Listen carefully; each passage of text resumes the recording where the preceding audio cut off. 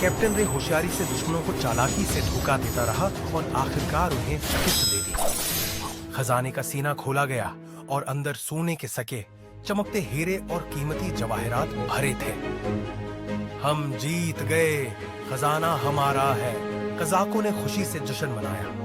Captain रे ने मुस्कुराकर कहा, ये खजाना सिर्फ सोने चांदी का नहीं, बल्कि बहादुरी, समझदारी और टीम वर्क का भी है।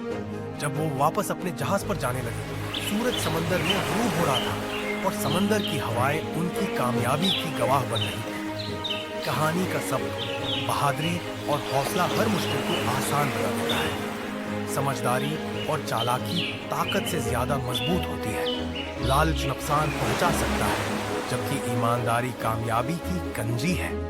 इतिहाद और टीम वर्क हर जंग जीतने में मदद देता है।